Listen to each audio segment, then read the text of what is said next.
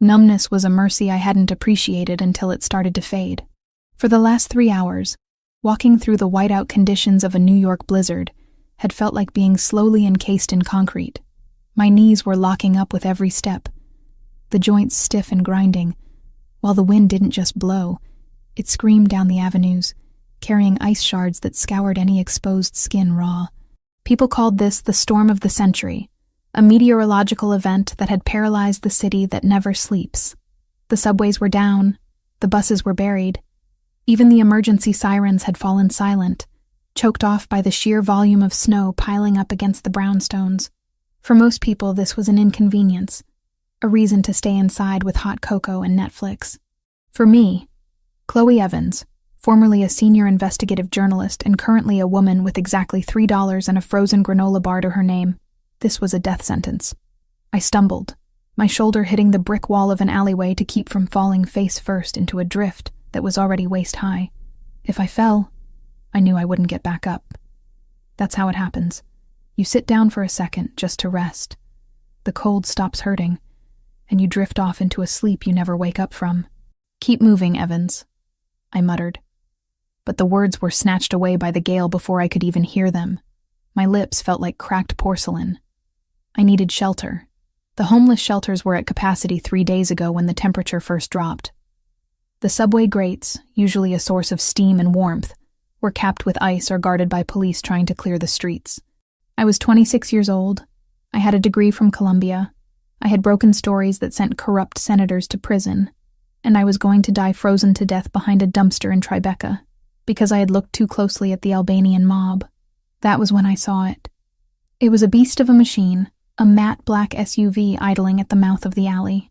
The exhaust pipe puffed out steady, rhythmic clouds of white smoke that dissipated into the blizzard. It looked like a monolith against the swirling white chaos. The engine was running. I froze, pressing myself deeper into the shadows of the brickwork. Instincts honed by years of chasing leads in dangerous places flared to life. A car like that, idling in a place like this, didn't belong to a soccer mom. It screamed power.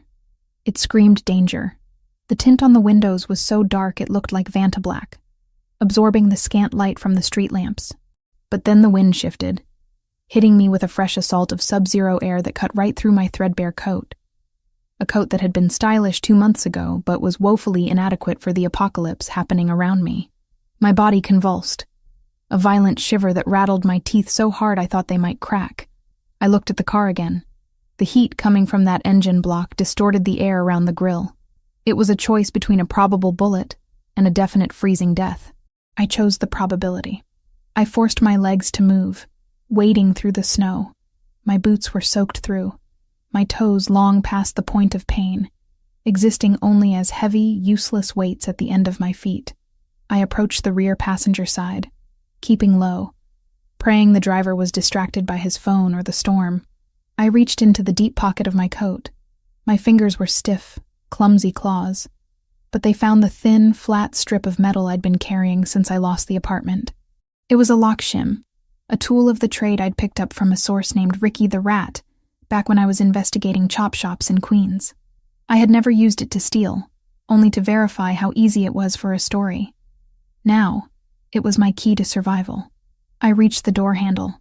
Please let it be unlocked. Please just be a rich idiot who doesn't think anyone is out in this weather. I tried the handle. Locked. Of course. I bit back a sob of frustration. I pressed the shim between the window and the weather stripping. My hands were shaking so bad I almost dropped it. If I dropped it in this snow, it was gone forever. I bit the inside of my cheek, using the sharp pain to focus my mind. Slide, hook, pull. Ricky's voice echoed in my head. Slide. The metal went in. Hook. I felt the mechanism. Pull. There was a dull thunk inside the door panel. I tried the handle again. It gave way. The door swung open, and the sensation that hit me nearly brought me to my knees. Warmth. Glorious, thick, expensive warmth. It smelled of conditioned leather and cedar wood. It smelled like safety. I didn't look to see if anyone was in the front. I didn't care. If they shot me, at least I'd be warm when I bled out. I scrambled inside, dragging my soaked boots onto the plush floor mats, and pulled the door shut. The silence was instant. The howling wind was cut off as if a guillotine had dropped on the world. The interior was spacious, the leather seat soft and supple. I collapsed onto the floorboard behind the driver's seat, curling into the tightest ball my skeletal frame could manage. I shoved my hands into my armpits, trying to preserve what little core heat I had left. The vibration of the engine hummed through the chassis, vibrating against my spine. It was the most beautiful thing I had ever felt. "Just 5 minutes," I whispered to the darkness of the cabin. "Just warm up enough to feel my hands, then I'll leave." But the heat was a narcotic. As the blood began to flow back into my extremities, it brought a stinging, burning agony that paradoxically made me feel heavy and drowsy. My brain, starved of oxygen and warmth for too long, began to shut down the non-essential systems. The fear of being discovered, the terror of the Albanians finding me, the shame of breaking into a stranger's car, it all receded behind a thick gray fog. I didn't hear the driver get in. I didn't feel the car move.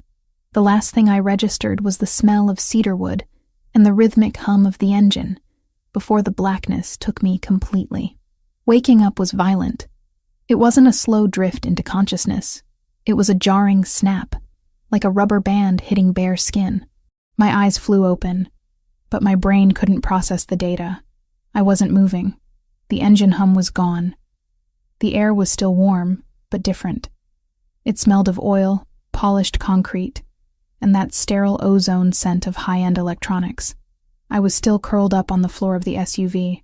My muscles had seized up in the cold, and now, locked in this fetal position, uncurling felt like breaking dry twigs. I groaned, a low, guttural sound that scratched my parched throat. I pushed myself up, my hand sinking into the thick carpet of the floor mat. Where was I? I blinked, trying to clear the grit from my eyes. I looked out the tinted window. I wasn't in an alley anymore. I was in a garage, but calling it a garage was an insult. It was a hangar. The floor was polished gray epoxy, gleaming under recessed lighting that cast no shadows. To my left, a sleek silver Aston Martin. To my right, a vintage Mustang that looked like it had rolled off the assembly line yesterday. In the distance, a workbench that looked more like a surgical prep station than a place to fix engines. Panic, cold and sharp, pierced through the lingering lethargy of sleep. I had passed out. The car had moved. I had been inadvertently kidnapped. I scrambled for the door handle, my heart hammering a frantic rhythm against my ribs. I shoved the door open and practically fell out onto the concrete floor, my legs tangled in the heavy fabric of my coat. I scrambled backward, crab-walking away from the vehicle, my breath coming in short, terrified gasps. I wouldn't run if I were you. The perimeter sensors are set to silent alarm. You make it 5 feet past the lifts, and the automated shutters seal the room. The voice came from everywhere and nowhere, bouncing off the hard surfaces of the massive room. It was deep, calm, and utterly devoid of emotion. It was the voice of a man who didn't need to shout to be obeyed. I froze, scanning the room. He stepped out from behind a concrete pillar near the elevator bank. Nicholas Versiani. I stopped breathing. I didn't need to ask who he was. I had a file on him 3 inches thick back in my burned-out apartment. 32 years old, head of the Versiani crime family. Ivy League educated, ruthless, and famously elusive. The tabloids called him the Prince of New York. But the police reports I'd read called him a ghost. He was wearing a charcoal 3-piece suit that fit his broad shoulders with architectural precision, the vest buttoned tight over a white dress shirt. No tie. The top button was undone, revealing a glimpse of tanned skin. He was tall, easily over 6'2", moving with a predatory grace that made the vast space of the garage feel suddenly claustrophobic. But it was his face that held me. He didn't have the scars or the broken nose of a street brawler. He was terrifyingly handsome, with sharp cheekbones and a jawline that could cut glass. His hair was dark, swept back with disciplined order. And his eyes, dark brown, almost black, were fixed on me with the intensity of a laser sight. And in his right hand, held loosely by his side but ready to snap up in a millisecond, was a matte black Sig Sauer P226. I didn't mean to... My voice cracked, a pathetic, raspy whisper. He raised the gun. He didn't aim it at my head, but at my center mass. A professional. Stand up. I scrambled to my feet, swaying slightly. My boots were still damp, leaving ugly wet prints on his pristine floor. I felt small, dirty, and incredibly vulnerable in my oversized, grime-streaked coat. Hands where I can see them, he commanded. He walked closer, stopping 10 feet away, close enough to not miss, far enough that I couldn't lunge. You have 10 seconds to tell me who sent you. If you lie, I shoot you in the kneecap. If you stay silent, I shoot you in the other one. Start.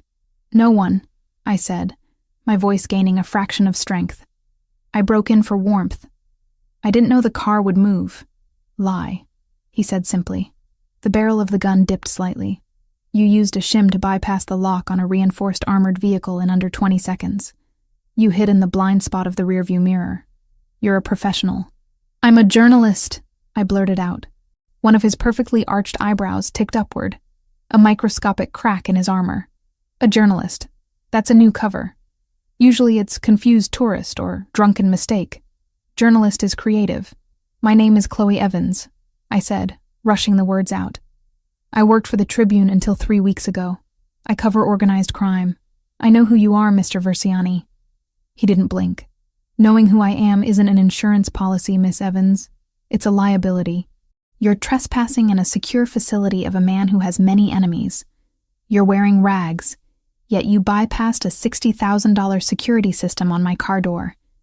You smell like the streets, but you speak like the boardroom. You're an anomaly, and I don't like anomalies. He took a step closer. The air between us crackled with tension. I could see the calculation behind his eyes. He was deciding whether to interrogate me or just dispose of the problem. To him, I was a loose end. A potential assassin. Turn around, he ordered. What? Turn around. Slowly, hands on your head. I'm going to check you for weapons. I hesitated. Turning my back on an armed Mafia Don felt like suicide. If I wanted you dead, you'd be cooling on the floor already, he said, his voice dropping an octave, vibrating with a dark authority that made the hairs on my arms stand up. Turn. I turned. I interlaced my fingers behind my head, my elbows trembling. I felt his presence behind me before he touched me. He radiated heat, a stark contrast to the cold that still lived in my bones. His hand patted down the sides of my coat. He was efficient, impersonal. He found the shim in my pocket and tossed it onto the floor. It clattered loudly in the silence. He checked my waist, his hand brushing against my ribs. He paused when he felt how thin I was. I was starving, my ribs prominent even through the layers of cheap wool. You're emaciated, he murmured, more to himself than me. Starvation tends to do that, I snapped, fear briefly giving way to my natural sarcasm. He spun me around, his hand gripping my upper arm. His grip was iron, inescapable, but not painful. He looked down at me, his eyes searching my face, cataloging every bruise, every smudge of dirt, the desperation etched into my features. You have no wire, he stated. No gun, no knife, just a piece of scrap metal and a death wish. He holstered his gun. The movement was so smooth it was almost a blur. You're telling the truth about the break-in. No assassin would be this weak. He turned away, walking toward a panel on the wall. I'll have my security team escort you out. They'll drop you at a shelter. If I see you again, I won't be this polite. I wouldn't do that if I were you, I said. He stopped. He didn't turn around immediately. His shoulders tensed. Excuse me? You're going to the summit tonight, I said. The winter summit at the Pierre Hotel. Nicholas turned slowly. The indifference was gone, replaced by a cold, sharp focus. How do you know about that? I know the 5 families are meeting to discuss the port allocation, I continued, my heart thumping against my ribs like a trapped bird. This was it. The gamble. And I know that the Albanian syndicate has bought someone in your inner circle. They aren't just planning to disrupt the meeting, Mr. Verciani. They're planning a massacre. He walked back to me, closing the distance until he was looming over me. The scent of him, sandalwood, gunpowder, and crisp, cold air, filled my senses. "Who?" he demanded. "I can't give you a name yet," I said, holding his gaze.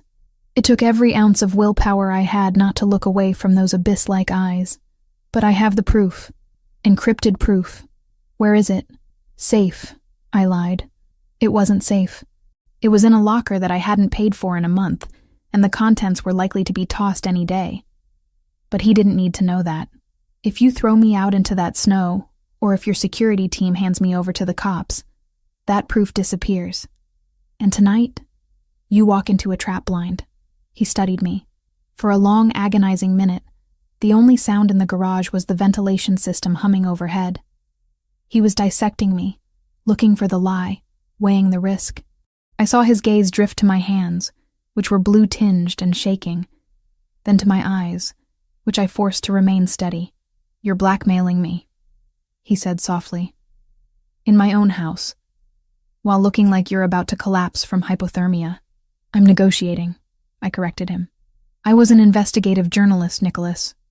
I uncovered the corruption in the sanitation department last year. I know how to find things people want hidden. The Albanians burned down my apartment. They got me fired. They put me on the street. I want them dead just as much as you do." He tilted his head slightly. "You want revenge. I want my life back. And right now, you are the only person powerful enough to survive what's coming." He stepped back, running a hand through his dark hair. He seemed to come to a decision. He pressed a button on his watch. "Marco." He spoke into a small microphone on his wrist. My blood froze. Marco, the name I had seen in the encrypted logs. The man I suspected. "Yes, boss?" The voice crackled through the device. "Cancel the security sweep of the garage. I'm handling a mechanical issue. Prepare the guest wing, the East Suite." "Guest wing? Are we expecting company?" "We have an asset that needs debriefing." "And Marco?" "Yeah? Make sure the perimeter is sealed tight. No one in or out." "Understood." Nicholas lowered his wrist and looked at me. "You have my attention, Miss Evans. But know this. You are not a guest. You are not a charity case. You are an asset. As long as you are useful, you are safe. The moment you stop being useful..." He didn't finish the sentence. He didn't have to. "I can walk," I said, trying to step forward as he gestured toward the elevator.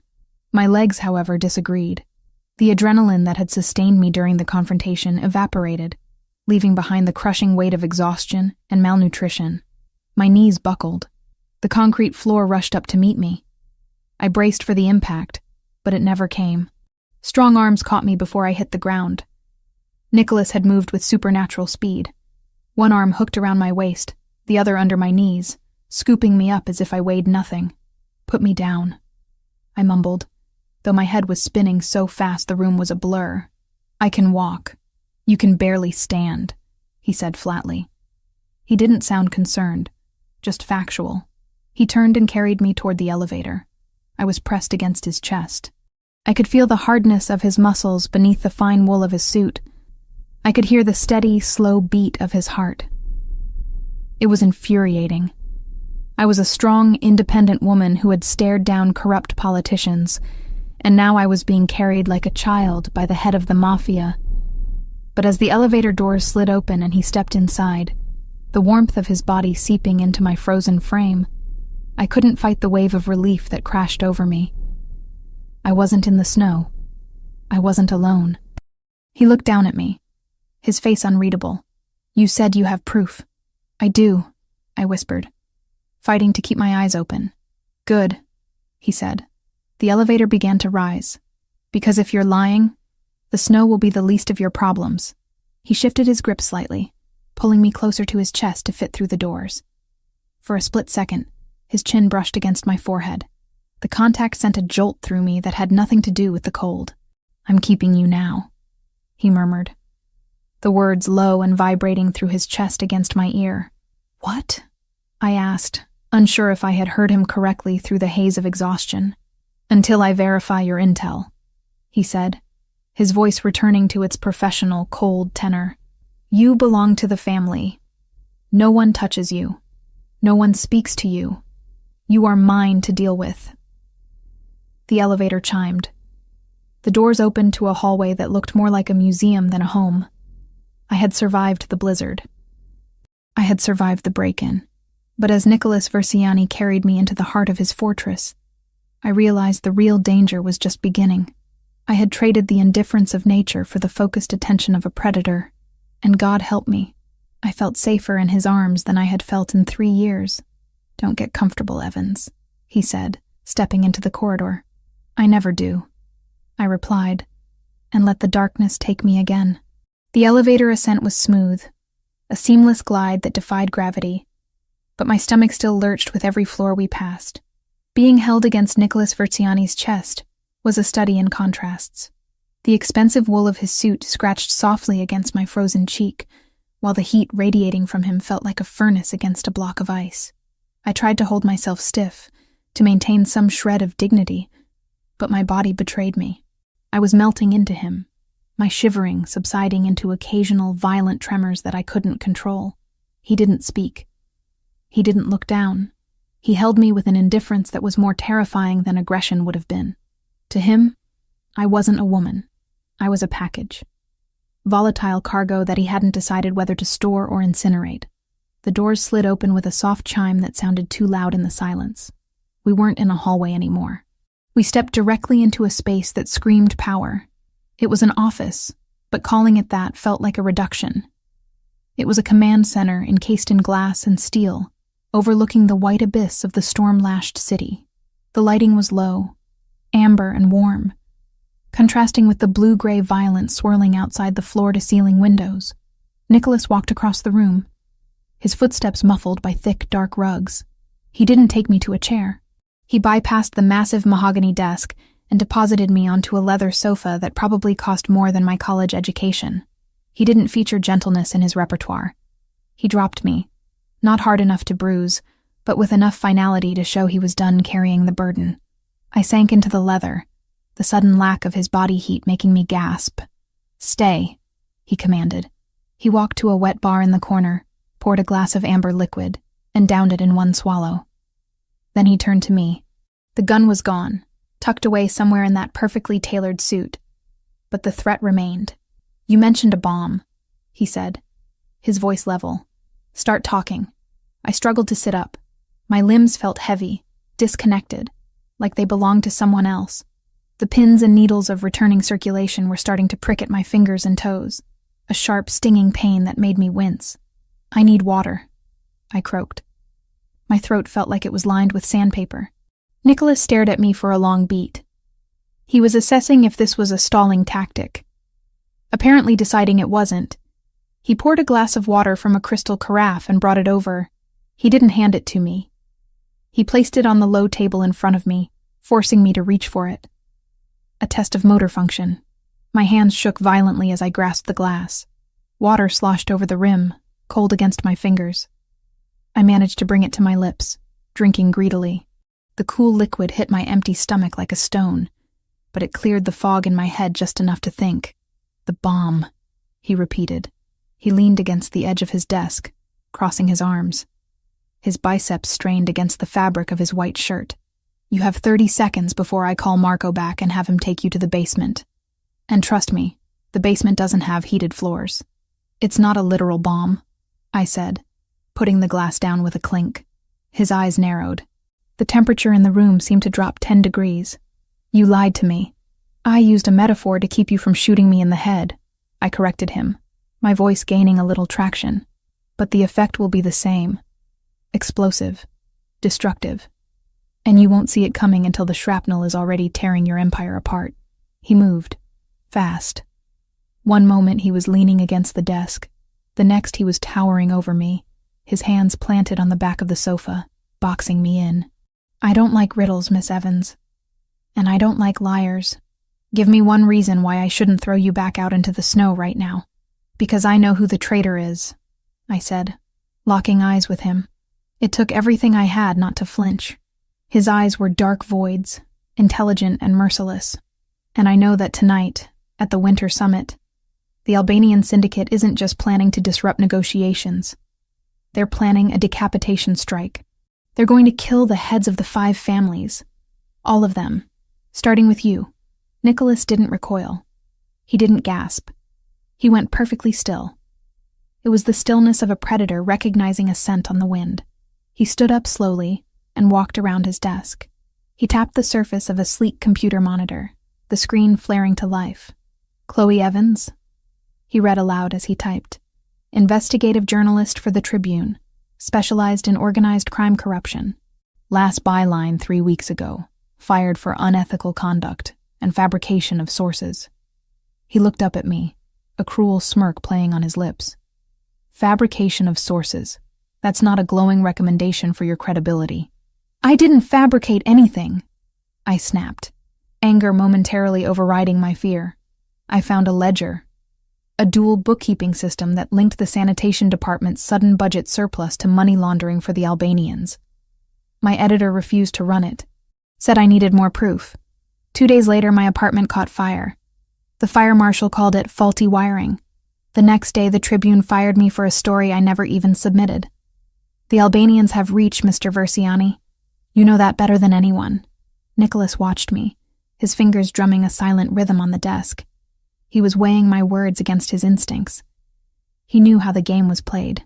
He knew that unethical conduct was often corporate code for ask the wrong questions. "You said you have a drive," he said. "I do. Where is it? Is it on you?" "If it were on me, your security pat-down would have found it," I pointed out. "It's safe. Off-site." "Where?" I hesitated. This was my only leverage. The moment I told him, I became expendable. But if I didn't tell him, I was useless. I had to thread the needle. "It's in a locker," I said carefully. "Grand Central Station. I paid for 2 months in cash before my accounts were frozen." "Locker number?" "I'm not telling you that." Nicholas laughed. It wasn't a joyful sound. It was dry, sharp, and terrifying. "You think you're in a position to negotiate? You are a trespasser in my home, a homeless woman with a wild story and no resources. I could have my men strip search you, drug you, or beat the location out of you in 10 minutes. "You could," I agreed, forcing my spine to straighten against the leather. "But you won't. Enlighten me. Why won't I?" "Because you're not sloppy," I said. "Torture is messy. Drugs make memory unreliable. And if you kill me or break me, you risk the only lead you have on a threat that is hours away from executing you. You're a businessman, Nicholas. A brutal one maybe, but a pragmatic one. You don't destroy assets until you've extracted their value." He stared at me. The silence stretched, heavy and suffocating. Outside, the wind howled against the glass, a reminder of the death waiting for me if I failed this conversation. Finally, he sat down in his leather chair. He looked at me with a new expression. It wasn't respect, not yet, but it was curiosity, like a scientist looking at a lab rat that had just solved a complex maze. "Pragmatic," he echoed. I like that word. He pressed the intercom button again. "Marco. Boss, bring food. Something hot. Soup, bread, protein, and bring a medical kit." "Medical kit? Is the girl hurt?" "She's freezing to death. Just bring it." He cut the connection and looked back at me. "The drive is in a locker at Grand Central. You have the key?" "It's a combination lock," I lied. It was actually a digital code I had memorized, but a key could be taken. A combination had to be given, and I'm the only one who knows it. "Of course you are." He leaned back, steepled his fingers. "So, here is the situation, Chloe. You claim to have evidence of a traitor in my inner circle. You claim the Albanians are planning a hit tonight. You want protection. I want immunity," I said. "I want a safe place to sleep. I want a hot shower. And when this is over, I want enough cash to leave the city and start over somewhere where the name Verciani doesn't mean anything." He tilted his head. "You want to run. I want to live. There's a difference." "Fair enough." He stood up and walked toward me again. "But trust is a currency I don't give away for free. Until I have that drive in my hand, and until I verify what's on it, you are in limbo." "Limbo is better than hell," I murmured, looking at my hands.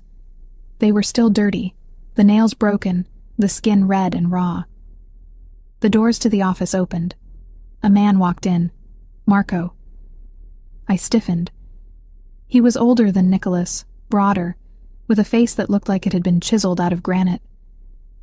He carried a silver tray with a steaming bowl and a plate of bread. "Put it there." Nicholas gestured to the table in front of me. Marco set the tray down. He looked at me with open disdain. To him, I was street trash staining the furniture. He didn't know I suspected him. He didn't know I had seen his name in the encrypted logs the accountant had left behind. Meeting with Monsieur Versiani, 22-1. I kept my face neutral. If I showed fear or recognition, he might realize I knew. And if the traitor realized I knew, he would kill me before Nicholas could verify anything. "Anything else, boss?" Marco asked, turning his back to me. "No. Get the car ready. We leave for the summit in 2 hours. The weather isn't letting up, so take the heavy armored unit." "The summit hasn't been cancelled?" Marco asked, a flicker of surprise in his tone. "The roads are a disaster. The commission doesn't care about snow, Marco. Unless you want the Russos to think we're weak, we show up." "Understood." Marco nodded and left, casting one last suspicious glance at me before the doors slid shut. As soon as he was gone, I reached for the spoon. My hand was shaking so bad I could barely hold it. "Slowly," Nicholas said. He was watching me again. "If you eat too fast after starving, you'll throw it up. And I don't want vomit on my rug." I glared at him, but he was right. I forced myself to take small sips of the soup. It was tomato basil, rich and creamy. It tasted like salvation. The warmth spread through my chest, chasing away the deep chill that had settled in my marrow. I ate the bread, tearing it into small pieces. Nicholas didn't move. He stood there, watching me eat, like a guard dog. Or a jailer. "Why didn't you just steal the car?" he asked suddenly. I paused, spoon halfway to my mouth. "What? You had the door open. The keys were in the ignition. It's a push to start. The fob was in the console. You could have driven away. Sold it to a chop shop for 50 grand. Why didn't you?" "I don't know how to drive an SUV that size in a blizzard," I said honestly. "And I didn't want to steal. I'm not a thief, Mr. Versiani. I'm a desperate woman. But I still have lines I won't cross unless I have to. You broke into my property. Trespassing is a misdemeanor. Grand theft auto is a felony. I try to keep my criminal record light." For the first time, a flicker of amusement crossed his face. It was gone instantly, but I saw it. "You have a strange moral compass, Chloe.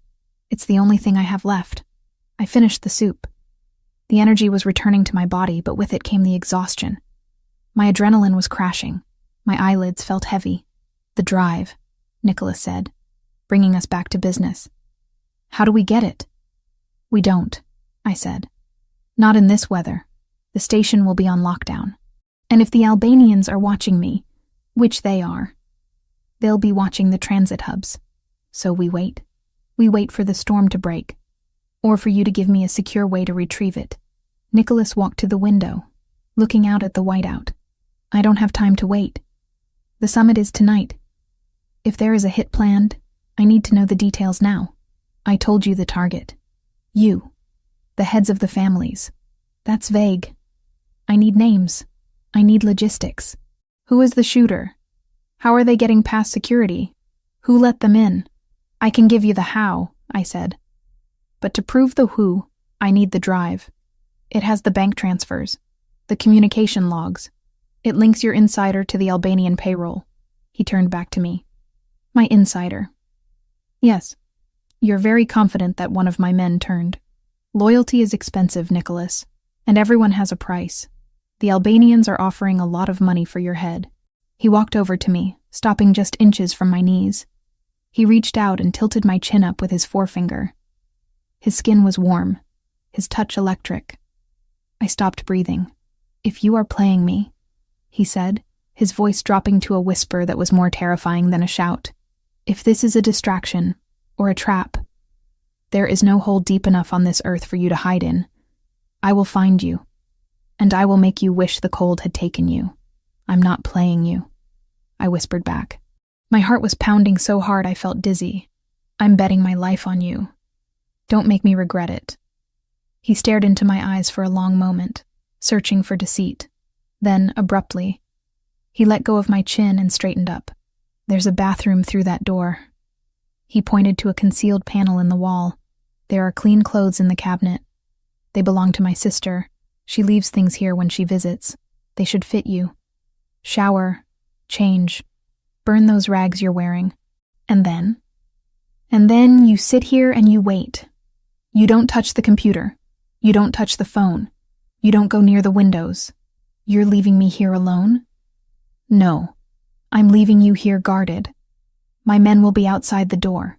But the summit? I'm going to the summit, he said, adjusting his cuffs. I can't show fear.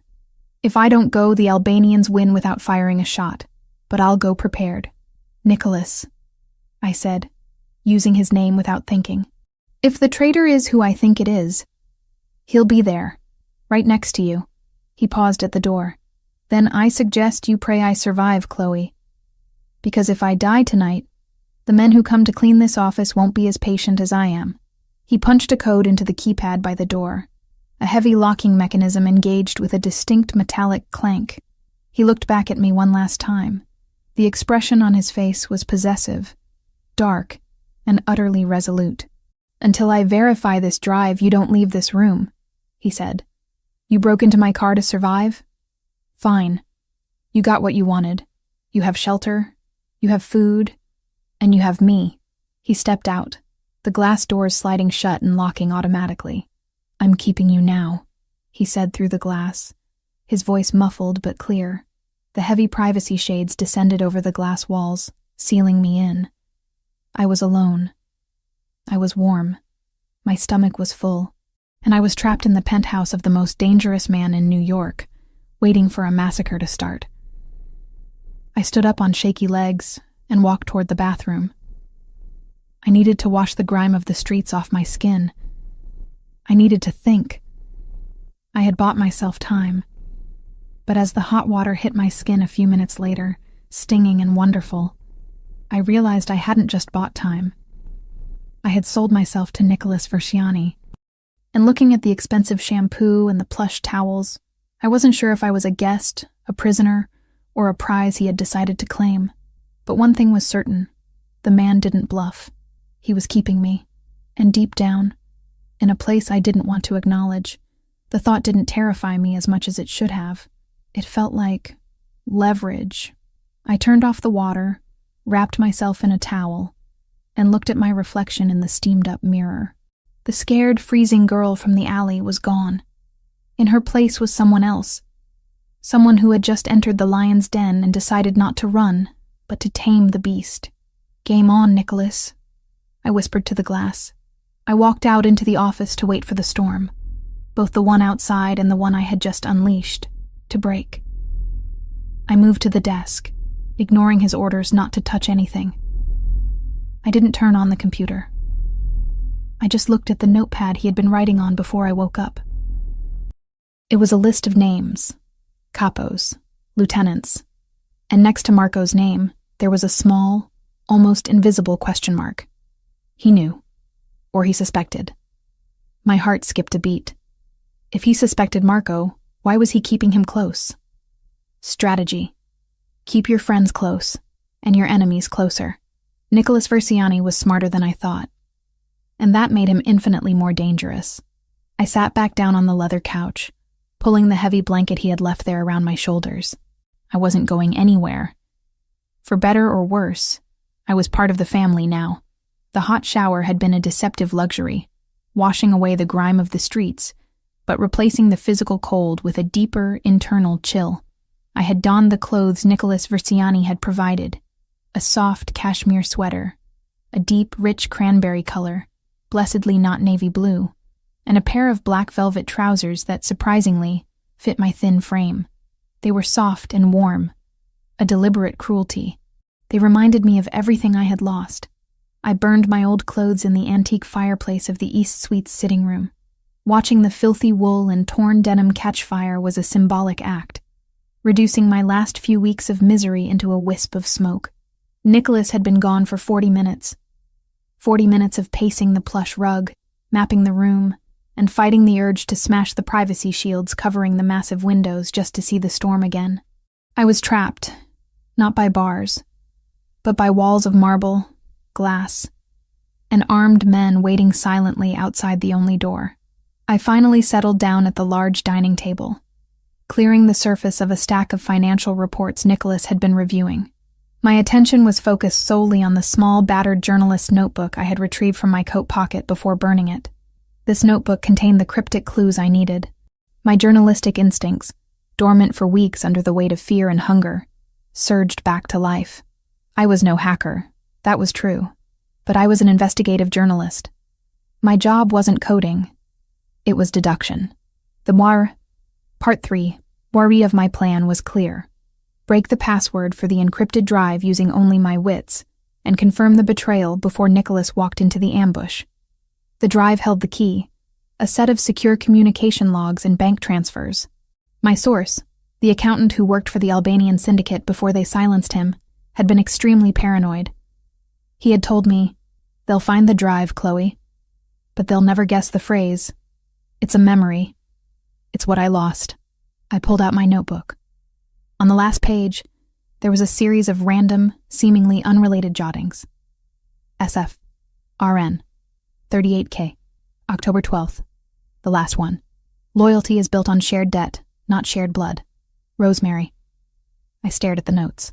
SF and RN were abbreviations for locations and names I had already linked to the Albanian operation.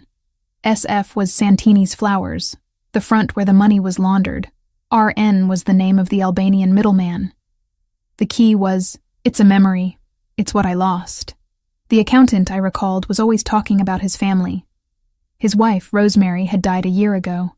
I opened the elegant black laptop Nicholas had left on his desk, ignoring the silent alarm it surely had, and plugged in the drive I'd found in my coat lining.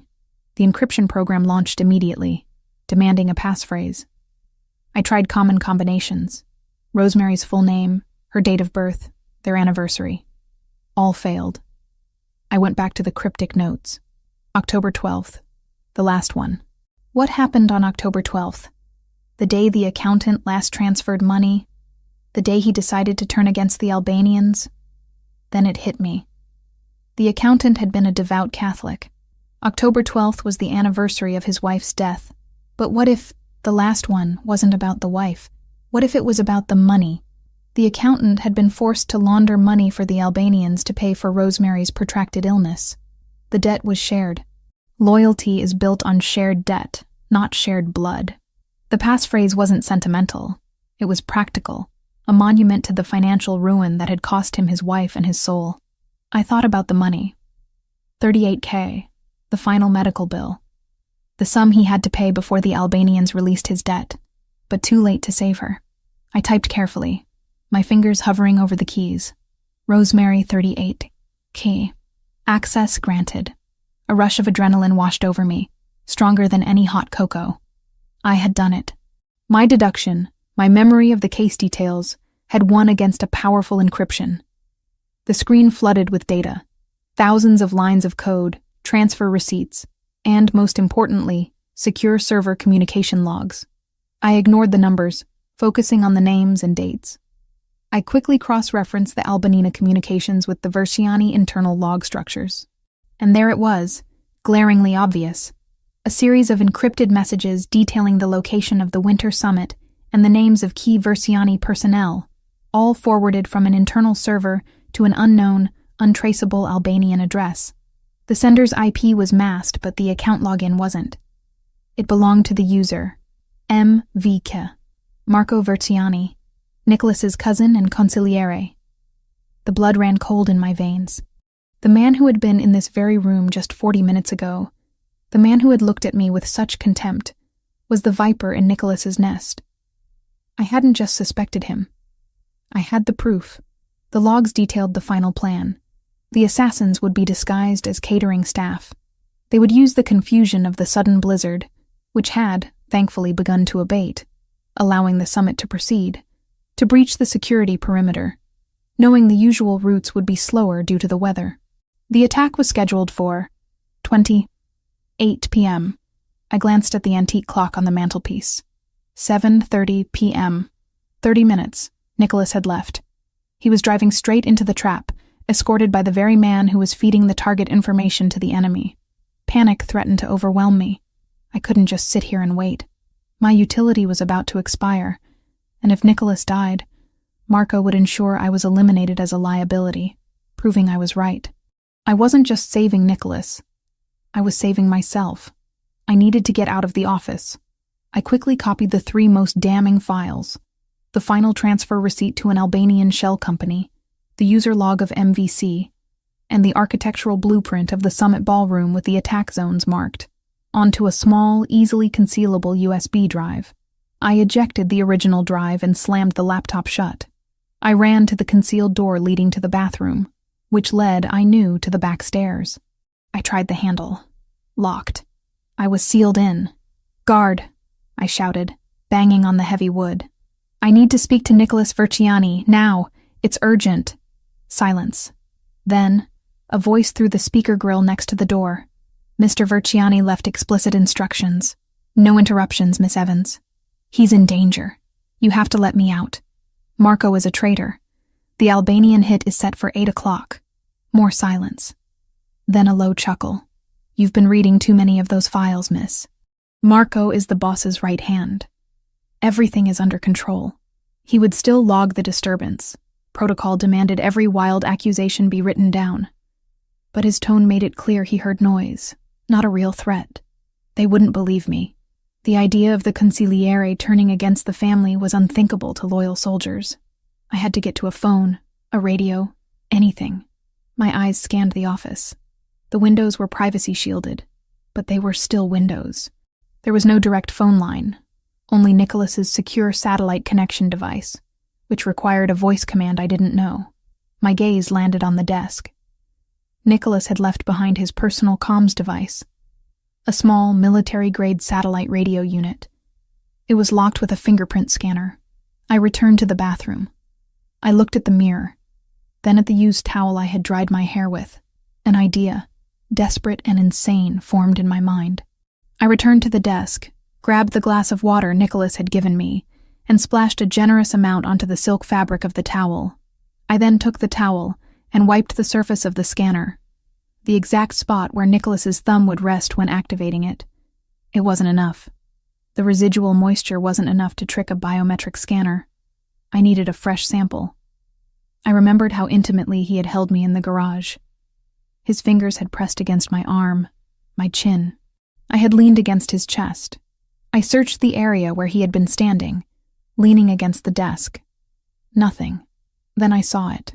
The coffee table where he had downed his drink. The rim of the crystal glass held a faint smudge of condensation, and a minuscule transfer of oils from his lips. I carefully used the wet corner of the towel to lift the invisible residue from the glass. I then pressed the damp, residue-laden patch of towel to the fingerprint scanner. The screen flashed. Green. Access granted. My breath hitched. I had 10 minutes until 8 p.m. I didn't know the command codes, but I knew the number I needed to call. The hotel where the summit was taking place. I rapidly dialed the first emergency number I could think of. The number for the hotel's front desk, which I had memorized during my initial investigation. The line rang once, twice.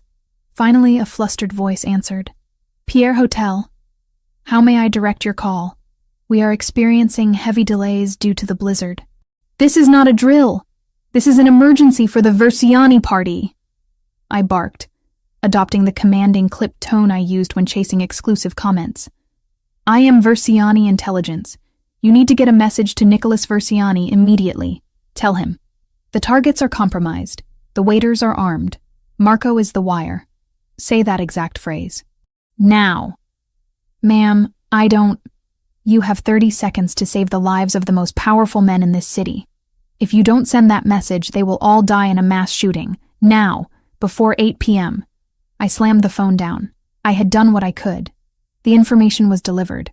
It was frantic, unverified by official channels, and likely to be dismissed as the rantings of a madwoman. But the specificity of the information, waiters are armed, Marco is the wire, might be just enough to make Nicholas pause. I backed away from the desk, hands clasped over my mouth. I had crossed a major line. I hadn't just used his resources. I had put myself directly in the line of fire for the man I knew was the enemy. Suddenly, the security lights in the corridor outside the office flashed red. The alarm system went off. Not a siren, but a deep, throbbing vibration through the floor. The guards had figured out how I accessed the comms. The door panel flashed red. A deep male voice boomed through the speaker, no longer amused. "Miss Evans, step away from the desk. We are coming in." I looked wildly around the room. I had the drive with the evidence. I couldn't let them take it. I ran to the wall safe hidden behind a painting. I didn't know the combination, but I shoved the USB drive deep into the pocket of the cranberry sweater. I then ripped out the hard drive from the laptop, just in case, and threw it into the fireplace, covering it quickly with a pile of charred paper from my old clothes. If they searched, they might find the USB, but they wouldn't find the main drive. The metallic clank of the lock mechanism on the door disengaging sounded like a death knell. I stood in the center of the office, bracing myself. I was no longer a negotiation asset. I was a hostile agent. The doors slid open. 2 huge men in black tactical gear burst in, weapons raised. "Hands up! On your knees now!" one of them shouted. I raised my hands, my green eyes fixed on the door, praying I had done enough to save the one man who had given me sanctuary, even if that sanctuary was only a cage. The weight of the tiny USB drive in my pocket felt heavier than any gun. I knew that Nicholas Versiani was walking into a war zone, and I was about to start one right here in his penthouse. The clock was ticking toward 8 p.m., and I was unarmed, facing his most loyal men, knowing their boss's most loyal man was the one who was about to betray him. I went down to my knees as commanded. My blood was singing. The fear was still there, but beneath it, a current of fierce, journalistic satisfaction. I had broken the story. Now I just had to survive the consequences. The tactical team was comprised of 2 men, both massive, both radiating the silent threat of highly trained operatives. I remained on my knees, hands raised, the cold steel of a Sig Sauer P320 aimed steadily at my chest. The leader, a man with the impassive face of a seasoned soldier, approached slowly. "Miss Evans," the leader said, his voice flat, professional. "You are coming with us. Mr. Versiani will deal with the unauthorized communication access when he returns." "And when he returns, he'll be dead," I countered, not moving. My voice was calm, a stark contrast to the frantic drumbeat of my pulse. I knew exactly what they were thinking. A delusional, half-starved woman tried to play hero. He's walking into an ambush set for 8 o'clock. It's 7:45 now. Every second you waste arresting me is a second off his life. Marco is with him. He is the consigliere. The arrangement is secure. Marco Versiani is the wire, I stated, using the exact blunt phrasing I had used on the comms. I looked directly into the guard's eyes. "I know it's impossible for you to believe, but I have the visual evidence. I saw the surveillance photographs of the hit team on the drive. They aren't just pictures. They're faces. I know exactly what they look like, and I know where they'll be positioned." I took a calculated risk, dropping my hands slightly and pointing to the breast pocket of the cranberry sweater. "The files are on a drive in this pocket, but even better, I have the faces memorized. They are disguised as catering staff. If you send me to the basement, Nicholas walks into a room where every waiter is an executioner, and he has no idea which smiling face is holding the gun." The guard hesitated. I saw the flicker of doubt in his eyes. He didn't believe the part about Marco, but the detail about the catering staff and my ability to visually identify the targets was specific enough to give him pause. Nicholas had instructed them to treat me as an asset. My information had to be verified. "Boss gave explicit orders to contain you," the guard insisted. But his voice was less certain now. "Boss also gave me orders to wait, and I broke them to save his life. You know Nicholas Versiani. He values pragmatic solutions over strict obedience. You take me to the basement, and I'm silent. You take me to the hotel, and I might be able to save his life." I tilted my head. "It's a 5-minute drive. Take the risk." The guard exchanged a look with his partner. Loyalty to Nicholas was their highest code. If they disobeyed his containment order and he survived, they would be forgiven. If they followed the order and he died, They would be hunted down for failure. We don't have time for this, the second guard grunted, lowering his weapon slightly. We go to the hotel. She rides with me. If she moves, I shoot.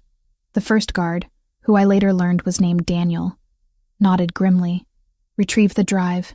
You are not going into the ballroom, Miss Evans. You will sit in the car and give us the descriptions over the radio. No. I refuted instantly. The photos were low resolution. They were visual checks, not detailed portraits. The light will be dim. I have to see them in person, under the ambient light. I'm the only one who can confirm the targets. I saw the reluctance, the deep, inherent distrust in their eyes. But the ticking clock was my most powerful advocate. Fine, Daniel conceded, his jaw tight.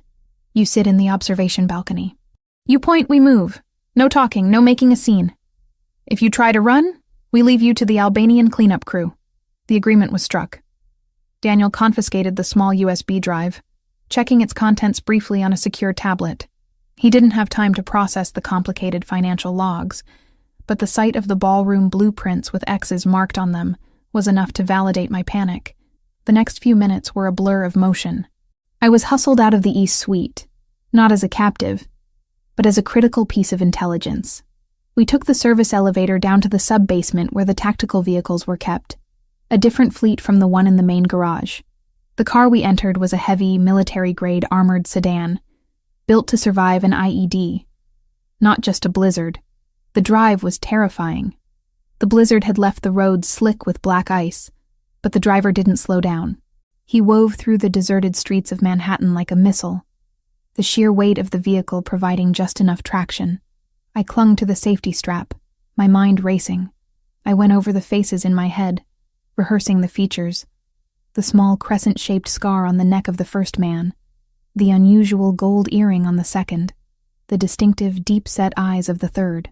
We arrived at the Pierre Hotel just past 7:55 p.m. The entire building looked like a fortress under siege by snow. Despite the weather, there was a skeleton crew of security, Verziani's security, but their efforts were hampered by the extreme cold. We didn't use the main entrance. We went through the loading dock. Daniel's tactical team bypassed the hotel's internal security easily. These were men trained for infiltration, not just guard duty.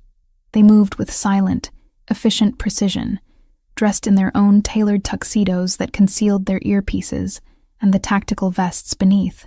We are taking the service stairs to the mezzanine level. You stay there. You have a clear view of the entire ballroom, Daniel instructed, his voice low. Understood, I confirmed. I had done my part. Now, the execution was up to them. As we reached the corridor leading to the ballroom, Daniel stopped. He turned to me, his hand resting on the hilt of his concealed weapon. The red dress. The boss will see you. Don't react. You are not his date. You are an instrument. I looked down at the cranberry red velvet dress that wasn't even mine. It was a statement piece in this dark corridor. I know my role, Daniel. I'm a warning, not a prize. He nodded, a gesture of grudging respect. And we moved on. We reached the mezzanine balcony, just as the doors to the main ballroom were flung open. The contrast between the cold, sterile service corridor and the scene before me was jarring. The grand ballroom of the Pierre Hotel was a spectacle of wealth. Crystal chandeliers dripped light onto 1,000 faces. The air was thick with the scent of lilies and expensive champagne. Men in flawless tuxedos and women in glittering gowns circulated around round tables covered in pristine white linen. This was the Winter Summit, the gathering of the 5 families, masquerading as a high society event. My eyes snapped past the glittering crowd, ignoring the opulence. I scanned the room with the practiced detachment of a hunter. I was looking for the abnormal, the things that didn't belong. I found Nicholas Verziani almost immediately. He stood at the head table on the raised dais, a central figure in a cluster of older, powerful men. He was speaking with a man whose profile I knew instantly, Marco Verziani, his cousin and consigliere, standing right beside him. Marco looked relaxed, smiling, performing his role as the trusted second-in-command, the viper warming itself in the sun. My attention focused on the catering staff. They were the key. The kitchen doors swung open, and a stream of waiters emerged carrying trays of plated appetizers. They were all young men, dressed identically in crisp white shirts and black bow ties. "Target 1," I whispered into the tiny microphone Daniel handed me, my voice tight, near the south exit door, setting down a tray. He has a small, dark crescent-shaped scar on the left side of his neck, just below the collar. He's looking at Nicholas, not his tray. Daniel's hand immediately went to his earpiece. "Target 1 confirmed. Scarred male, south exit, hold position." I continued my scan. "Target 2, near the bar, talking to the bartender. He's wearing an unusual, chunky gold hoop earring in his left ear. It's unprofessional for a waiter. He's trying to hide it under his hair." He just made eye contact with Marco. "Target 2 confirmed. Bar position. Do not engage yet." My eyes swept to the main dais. The third target, the most dangerous one, was usually placed closest to the principal. He was supposed to be a familiar face. And then I saw him. Near the back of the dais, standing behind the head table, was a waiter with an air of cold confidence that didn't match the forced smile on his face. He was clearing plates, but his deep-set dark eyes were tracking Nicholas's movements with intense surgical precision. "Target 3. Immediately behind the head table, black hair, deep-set eyes, clearing plates. He is too calm. He's the primary shooter." My voice was barely a breath. "And Daniel. He's within arm's reach of Marco. Marco is the signal." "Understood. We are moving into position now. Miss Evans, stay put. I repeat, do not move."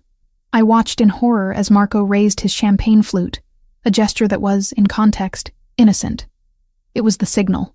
The moment the glass was raised, the 3 assassins moved. The waiter behind the head table dropped his stack of plates, pulling a silenced handgun from beneath his coat. The man by the south exit ripped off his bow tie and pulled a weapon from his trousers. The man at the bar reached for a weapon concealed beneath the counter.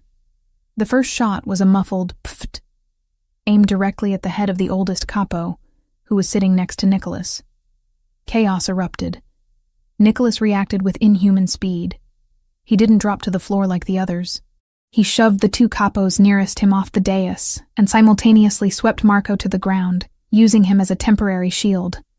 "Waiters are armed!" Nicholas roared, his voice cutting through the panic. But the fight had begun. Daniel's team moved into the ballroom, engaging the targets. I couldn't just watch. My adrenaline was spiking, fueling my need to act. Nicholas was in the middle of the melee, surrounded by targets. My gaze fell on a heavy bronze bust of some historical figure placed on a pedestal near the mezzanine railing. I made a split-second decision that defied Daniel's clear orders. I grabbed the heavy sculpture, struggling with its weight for a moment, and with a grunt, I pushed it over the railing. The bronze bust crashed down onto a large, empty buffet table set in the center of the ballroom, landing with a deafening crack that fractured the marble top. The noise diverted the focus of the nearest assassin, who momentarily looked up at the mezzanine. More importantly, it created a massive visual distraction and a small barrier of shattered marble and bent silver. "Down! Cover!" Nicholas yelled, spotting me on the mezzanine immediately. He didn't look angry. He looked furious and focused. He grabbed the broken section of the marble table and pulled it toward himself and Marco, using it as improvised cover against the crossfire. "Service exit now!" Nicholas shouted to Daniel, who was covering the retreat. Nicholas dragged the stunned and screaming Marco across the floor, using him as a human shield against the remaining fire. The sound of gunfire echoed through the ballroom, punctuated by the shattering of crystal. I ran down the service stairs, heart in my throat, to meet them at the agreed-upon rendezvous point, the kitchen loading bay. I burst into the kitchen just as Nicholas staggered through the door, dragging Marco by the collar. Nicholas was breathing hard, his jacket torn. He released Marco, who scrambled on the floor, seemingly more terrified than hurt. Nicholas looked around, spotted me, and immediately walked toward me. His eyes were blazing. "You!" he growled, grabbing my arm, his fingers digging into my flesh. It wasn't pain I felt, but the sheer force of his rage and relief. "I told you to stay on the mezzanine! I drew their fire! I created cover!" I gasped, pointing to the chaos still spilling from the ballroom doors. "You put yourself in danger. That was my primary extraction route. He was shaking with adrenaline. He scanned me quickly, checking for blood, his fierce eyes taking in the red dress. Just as Daniel and his team rushed into the kitchen, the door leading outside burst open. More Albanian reinforcements, alerted by the gunfire, had managed to break through the blizzard-hampered exterior security perimeter. "They're flanking us," Daniel shouted, firing over Nicholas's head to hold the doorway. Nicholas didn't let go of me. He pulled me close, tucking me tight against his back, his body a solid wall of muscle and anger. He didn't use Marco as a shield anymore. He was protecting me. He pulled a second, smaller gun from an inner pocket, a backup, and began returning fire with smooth, deliberate movements. The kitchen, with its stainless steel surfaces and sharp corners, became a kill zone. I was pressed so tightly against him that I could feel the vibrations of his gunshots through his ribs. I inhaled his scent, expensive cologne mixed with the sharp metallic tang of gunpowder. "Stay with me, Evans. You don't move," he commanded, his voice raw. "I won't!" I shouted back, focusing on the tactical situation, not the terror. Nicholas saw an opportunity. One of the catering delivery vans, a battered white thing, was parked by the loading bay. "Marco, get in the van, now!" Nicholas ordered his cousin, who was still huddled on the floor. Marco scrambled toward the van, still shaken by the close call. "We need the armored unit," Daniel shouted over the noise of the battle. "Too slow, too obvious. We use the van. Marco, drive," Nicholas shouted, emptying his clip into the kitchen doorframe. Nicholas pulled me, still pressed against his back, toward the delivery van. He shoved me into the passenger seat, his hand cupping the back of my head protectively as he forced me down. He slid into the driver's seat and immediately started the engine. "Marco, where are you going? We need to go home," Nicholas yelled into his comms. Marco was frozen behind the wheel, staring wide-eyed at the chaos. He was useless. "Get out!" Nicholas roared, shoving Marco out of the driver's seat and into the back of the van. Marco tumbled onto the pile of crates. Nicholas slammed the van into reverse, tires spinning on the slick kitchen floor. The moment the van burst out of the loading dock and into the night, the focus of the remaining Albanian fire shifted from Daniel's team to us. The rear window shattered. Shards of glass rained down over Marco, who screamed in terror. Nicholas slammed the pedal to the floor, steering the battered delivery van through the narrow, snow-covered streets of Midtown. "Are you hit?" he demanded, glancing at me. "No," I replied, breathless. "Just glass." "Good." He looked ahead, his jaw clenched, his eyes hard and calculating. "We need to lose them before they corner us in the tunnels." He pushed the gas pedal, weaving the anonymous delivery van through the gridlock caused by the blizzard. The anonymity of the vehicle was our greatest defense, but the shattered window and the sight of Nicholas Versiani driving a white catering van would soon make us targets again. I leaned back, finally allowing myself to process the shock. My heart rate was dangerously high. My ears were ringing from the gunfire, and the smell of the gunpowder was thick in the cab. But I was alive, and I had been right. It was Marco, I whispered, the confirmation finally leaving my lips. "You saw him give the signal." "I saw him." His voice was low, laced with cold fury. He knew. He set the ambush and then acted paralyzed, waiting for me to be killed. My cousin. My consigliere. He slammed the wheel in a frustrated, violent gesture that made the van fishtail on the ice. He caught the skid instantly, his reaction time unnervingly fast. "You saved my life, Chloe," he said, the words heavy and dangerous, meaning more than simple thanks. "You called the front desk. That was you. I used your satellite comms," I confessed. "I was locked in." "Brilliant," he muttered, a sound that was half curse, half compliment. "You risked everything. Why?" "I told you," I said, finally able to breathe normally. "I want my life back. And right now, you are my best path to getting it. We are partners in this, Nicholas. You have the power, I have the intelligence. And right now, we are both on the run." "Partners," he echoed, a dark amusement coloring his tone. "Fine. Then let's make a tactical decision. Partner, where do we go now?" "We can't go back to the mansion. Marco knows every safe room." They'll be waiting. I looked at the snow, the darkened storefronts, the anonymity of the passing streets. We need to go somewhere they won't look. Somewhere without surveillance. Somewhere remote. And we need to go now, before the blizzard breaks and they find the trail. I know a place, he confirmed, making a sudden, violent turn onto an exit ramp. Marco screamed from the back, clutching a box of pastries. Where are we going? I'm injured. I need a doctor. Nicholas glanced into the rearview mirror, his face a mask of stone. You're going to be fine, Marco. You're going to lead us right where we need to be. He looked at me one last time, his eyes burning with a dark, resolved intensity. You saved me from the trap, Chloe, he said. Now, we deal with the consequences together. You wanted a fortress? You got one. You wanted security? You'll have it. The van sped out of the city lights and onto the isolated, snow-choked highway.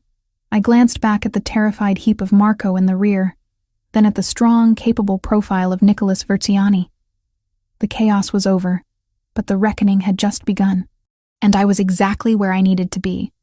I had not only proven my worth, but had bound myself to him in the desperate, shared violence of survival. The battered white delivery van, once a symbol of kitchen anonymity, was now a loud, skidding beacon of distress on the snow-choked highway, heading north out of the city.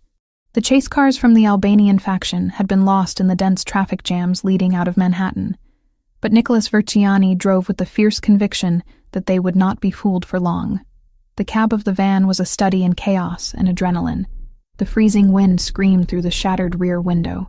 Shards of glass still dusted the seats and floor. I was huddled against the passenger door, my hands gripping the dash, my eyes fixed on Nicholas's profile. His jaw was set hard, his dark eyes constantly scanning the mirrors and the road ahead. In the back, Marco Verziani, the treacherous consigliere, was a pathetic, whimpering heap. He had been thrown onto a crate of catering supplies, mostly linen and plastic containers, and was now cradling a collection of broken pastries, sobbing over the supposed pain in his arm. I need a hospital, Nikki. I think my arm is broken. Marco whined, his voice thick with fear, completely unconcerned with the life-and-death situation he had created. Nicholas didn't spare him a glance. You need a bullet, Marco. But that can wait. The contempt in Nicholas's voice was chilling. It wasn't just the cold anger of a boss betrayed. It was the deep, visceral hurt of a brother betrayed.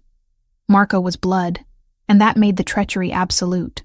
We need to get off the main roads, I advised, leaning closer to Nicholas. My voice was hoarse from screaming during the shootout. The van is too visible. They'll ping it on traffic cams as soon as the gridlock clears. I know a place, Nicholas said, making a sharp turn onto a narrow, unpaved road that was barely visible under the accumulated snow. The van skidded violently, the tires losing traction in the deep powder, but Nicholas corrected it with practiced ease. It's a hunting cabin, built by my great-grandfather.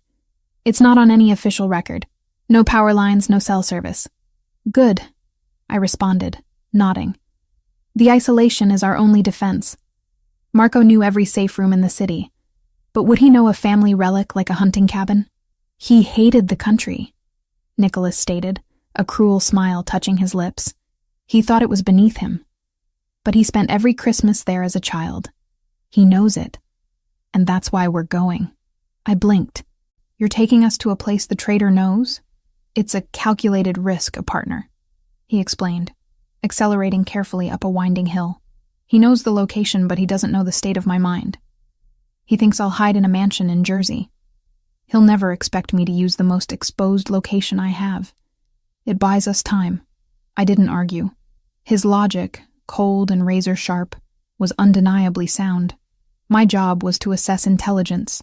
His was to assess threat levels and strategy. His strategy was to confront the threat, not avoid it. The drive lasted another agonizing hour, climbing higher into the desolate, snow-covered mountains outside the city limits. The roads became worse, forcing us to abandon the delivery van in a snowdrift off the main path. The last leg of the journey was on foot. Nicholas pulled a survival bag from under the van's seat, containing a small medical kit, a high-powered flashlight, and a few clips of ammunition. He shoved the flashlight into my hands. Move, he commanded. He grabbed Marco, who was still moaning theatrically, and hauled him out of the back of the van like a sack of garbage. "Nicky, I can't walk. The snow is too deep," Marco pleaded, sinking up to his knees in the drifts. Nicholas didn't reply with words. He simply backhanded his cousin across the mouth, a quick, sharp slap that snapped Marco's head back and silenced his whining instantly. "You caused this blizzard, Marco. You walk, or you stay here and freeze." Marco stumbled forward, terror now a greater motivator than pain. The cabin appeared suddenly, a squat, dark silhouette of rough-hewn logs against the relentless white landscape. It was nestled deep in a clearing, utterly alone. The air was frigid, still stinging my lungs, but the wind had died down, replaced by an ominous silence. Nicholas used a specific sequence on an old iron padlock to open the heavy front door.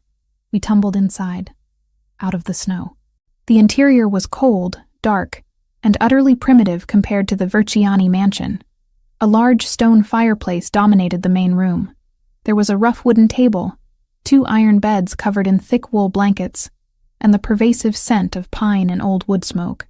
"Get the fire going," Nicholas ordered me. "Use the kindling by the hearth." I immediately set to work, grateful for the physical task. My mind was still running through the events of the evening. The identification of the targets, the sound of the gunfire, the incredible force of Nicholas's body against mine as he shielded me. The adrenaline was now receding, leaving me tired and shaky, but fiercely focused. While I built the fire, Nicholas dragged Marco into a small side room, stripped him of his expensive tuxedo jacket, and tied him to a heavy wooden chair with thick rope. Marco tried to protest, babbling about his loyalty, but Nicholas ignored the pleas, his movements swift and brutal. "You're not a prisoner, Marco," Nicholas said, kicking the chair leg. "You're just waiting for your testimony. Don't move." I watched this exchange from the main room, stacking the logs. The fire caught quickly, casting long, dancing shadows on the walls. The smell of burning pine was comforting. Nicholas returned, his breathing heavy. He looked at his own shoulder, where the fabric of his jacket was torn and dark with blood. The adrenaline had masked the pain, but now the wound was demanding attention. "You're hit," I stated, walking toward him. "It's been hours. You need that cleaned and closed, or it will turn septic." Nicholas looked at the wound. It was a deep, grazing bullet wound near the collarbone, bleeding sluggishly. "I need my capos, not a nurse." "You have me," I countered, pulling the small medical kit from the survival bag he'd brought. I opened it on the wooden table. "I told you, I covered conflict zones. I know how to do this. Sit." He hesitated, then slowly complied, sitting on the bench by the fire. The action was one of vulnerability, a profound act of trust he would never grant one of his own men. He stripped off his shirt, revealing a torso that was a landscape of dense, powerful muscle. The wound, however, was ugly, ragged and deep. I took control, my journalistic pragmatism overriding any squeamishness. "This will hurt. I have to clean the site." I soaked a gauze pad in the last of the cabin's vodka, the only antiseptic available. I didn't ask for permission. I pressed the soaked pad directly onto the wound. Nicholas clenched his jaw, sucking in a sharp breath, but he didn't make a sound. His hand gripped the edge of the wooden bench so tightly his knuckles turned white. "Why are you doing this?" he finally ground out, his voice low and tight with controlled pain. It wasn't the cynical, "Why do you care?" from the city. It was a raw question asked in a moment of physical agony. "Because if you die, Marco kills me," I said, focusing on cleaning the wound meticulously. "And I don't want to die here in the cold next to a stove. I'm invested in your survival, Nicholas. We are partners in this, remember? Partners," he repeated, his eyes burning into mine. The heat of the fire, the alcohol on his skin, the shared tension, it all amplified the electricity between us. I continued cleaning, then applied antibiotic ointment. The final step was closing the wound. There were no sterile sutures. I found a tube of fast-drying, medical-grade adhesive, a kind of superglue, in the tiny kit. "I'm using this to close the wound," I informed him, holding up the tube. "It'll hold the skin together. It's better than leaving it open to the elements." "Do it!" he commanded. I squeezed the adhesive carefully along the edges of the gash. It stung, and his body tensed, but he remained silent, watching my face. My focus was absolute, my green eyes fixed on the task. I wasn't just patching him up. I was solidifying our bond, making myself indispensable. Once the adhesive had dried, I applied a thick padded dressing and secured it with medical tape. "Stay warm," I ordered, stepping back. "Don't move that arm more than you have to. You're stable." He ran a careful hand over the dressing, testing the tension. "You're more than a journalist, Chloe Evans. You're a medic." "Where did you learn that?" "Covering conflicts," I replied, putting the kit away. "You learn quickly what's important. Clean water and trauma care. The rest is negotiable." He didn't put his shirt back on. He looked too powerful, too vital, sitting there with the firelight playing over the hard planes of his chest, his dark eyes fixed on me. The isolation had stripped away the facade of the powerful businessman. He was a warrior, temporarily wounded. "Marco said they tracked the car," he said, changing the subject, his voice dropping to a conspiratorial murmur. "He knew this cabin. He must have used a tracker on the van itself, or he saw us turn off the main road. It doesn't matter how he knew," I said, sitting on the floor opposite him, feeling the warmth of the stones through the thin trousers. "The point is, the safe house isn't safe. And we only bought ourselves a few hours before he realizes you didn't kill him, and he finds a way to contact the Albanians. He doesn't have a phone," Nicholas pointed out. "But he has his mind," I countered. "He'll send signals. He'll find a way." The tension in the cabin was palpable. It wasn't the sharp, fearful tension of the city, but a heavy, charged atmosphere brought on by shared risk and intimacy. We were two animals in a den, waiting for the hunters to arrive. "Why didn't you leave New York when you had the chance?" Nicholas asked, his gaze intense.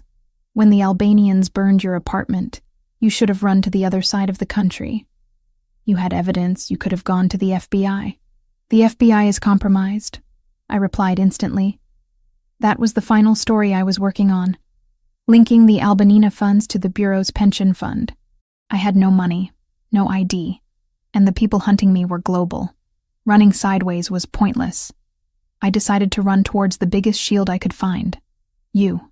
A slow smile, dangerous and acknowledging, stretched across his lips.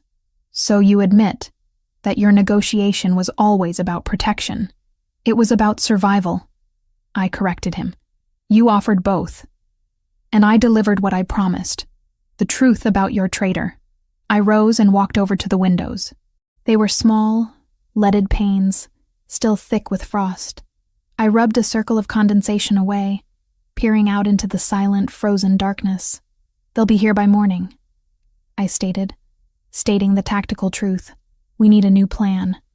A way to contact your loyal capos without using any channels Marco might have compromised." Nicholas stood up, moving carefully to avoid stressing the wound. He walked toward me, stopping right behind my shoulder.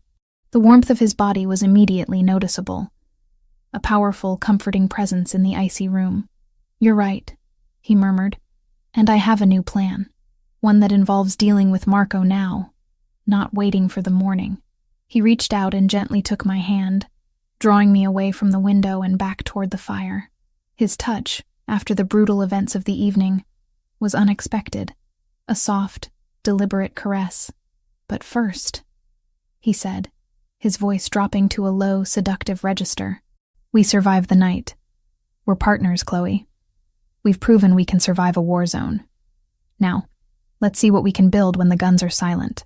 He looked at me with an intensity that transcended the simple physical attraction. It was the recognition of a shared trauma, of two competent minds finding refuge in each other.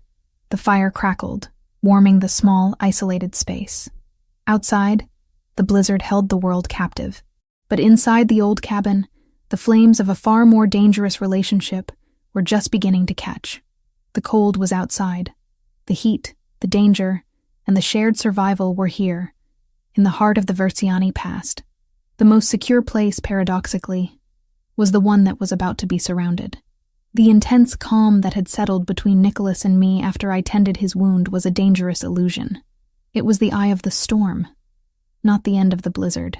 The heat from the fireplace baked the cold out of the cabin walls, turning the small room into a cocoon of warmth, but the security was brittle.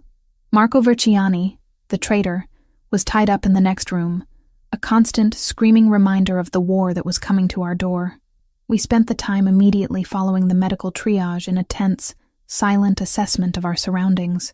Nicholas, though weakened by the blood loss, moved with a warrior's economy.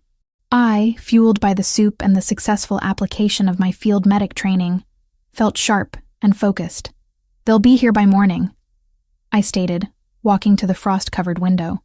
I rubbed a patch of ice clear, peering out into the silent, star-dusted darkness.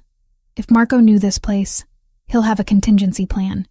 He probably had an emergency tracker waiting on the van, or he knows the geography well enough to guess our direction. Nicholas stood by the fireplace, methodically checking the ammunition in the survival bag. "He knows the geography," Nicholas confirmed, his voice low and hard. "This cabin was built by our great-grandfather for hunting retreats. Marco spent his childhood here just like I did. He will have already dispatched a team. And if they are Albanians, they aren't coming for negotiations," I said. "They are coming to finish the job."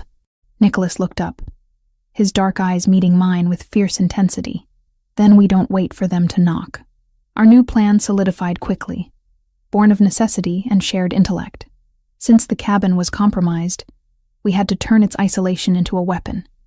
We had to prepare for a siege, not a simple escape.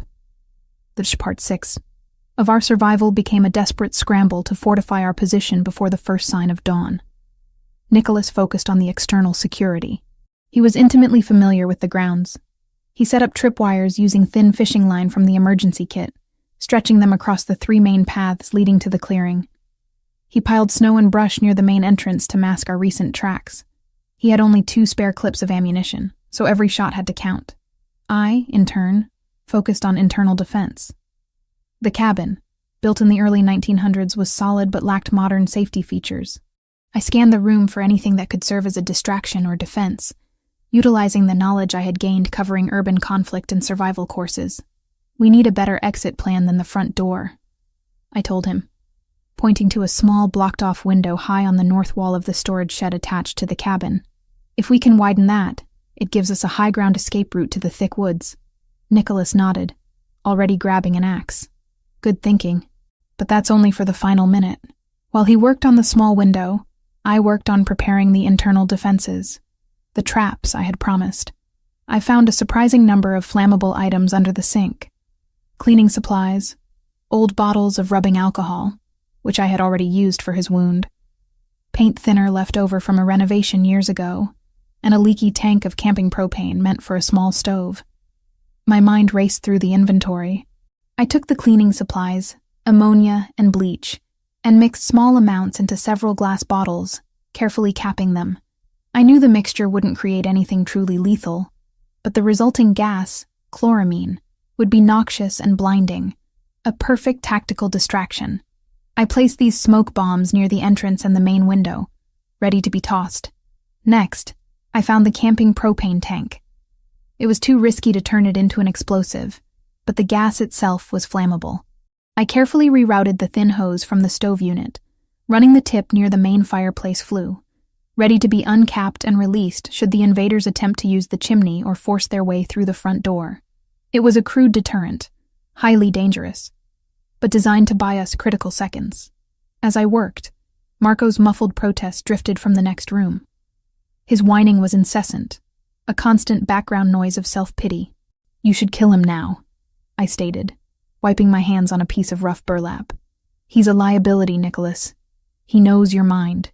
He will find a way to signal them, even tied up." Nicholas paused his work on the window frame, the axe resting on his shoulder. "I need him, Chloe.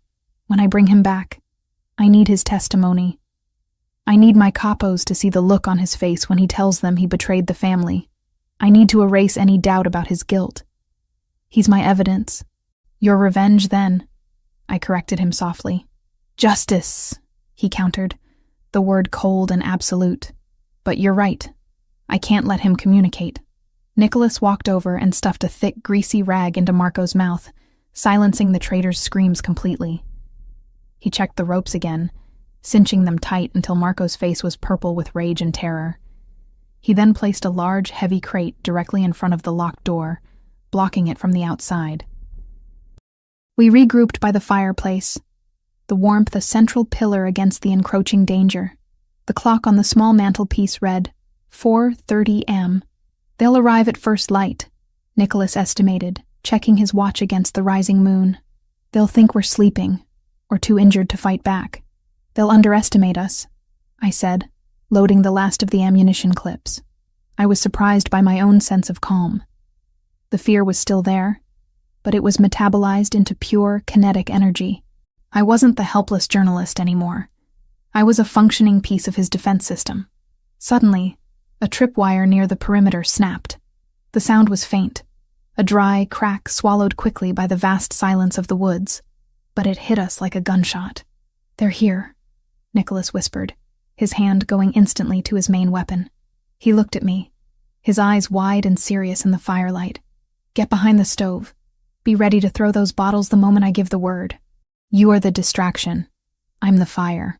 I nodded, moving immediately to my designated position behind the heavy iron stove. The floorboards creaked under my feet. I could feel the cold radiating up from the wood. I lined up the 3 bottles of cleaning chemical mixture, ready. The siege began, not with a bang, but with a calculated, silent breach. We heard the muted crunch of boots on the thick, dry snow surrounding the cabin. They weren't kicking down the door. They were moving tactically, encircling the cabin, checking the windows. I peered through the edge of the curtain, straining to see. I couldn't spot them, but I could hear them. Faint whispers in Albanian, the metallic click of a weapon being readied. Nicholas moved like a phantom, shifting from the cover of the fireplace to the cover of the wooden table. He waited until the footsteps converged on the main entrance. "Now," he ordered, his voice barely audible. I tossed the first bottle through the broken corner of the main window. It shattered on the ground outside, and a thin, acrid plume of vapor immediately began to rise. I tossed the second one immediately after, closer to the main entrance. The Albanians, thinking it was a smoke bomb or tear gas, reacted instantly. Their synchronized movement broke. I heard shouts, coughs, and the sound of men scrambling backward, covering their faces. That was Nicholas's cue. He fired 2 precise shots through the thick wooden walls near the window, aiming for the area where the shouts originated. The bullets penetrated the logs, and I heard the satisfying thud of bodies hitting the snow outside. The response was immediate and overwhelming. They unleashed a volley of gunfire aimed at the windows and the front door, shattering the remaining glass, embedding slugs into the thick logs of the cabin. The noise was deafening, amplified by the close confines of the small clearing. "Back!" Nicholas roared, pulling me down behind the heavy stove. The air filled with the stench of gunpowder and splintered wood. The cabin was being systematically shredded. We were trapped. "The propane!" I shouted over the noise, pointing to the hose near the fireplace. "Ignite the gas! Too risky. The whole cabin goes. We die either way. Do it now. The north window." Nicholas understood the desperate logic. He grabbed a burning log from the fireplace. He had 2 seconds before they reloaded and breached the door. He aimed the burning log at the small hole he had cut for the escape window. "Run, Chloe," he commanded.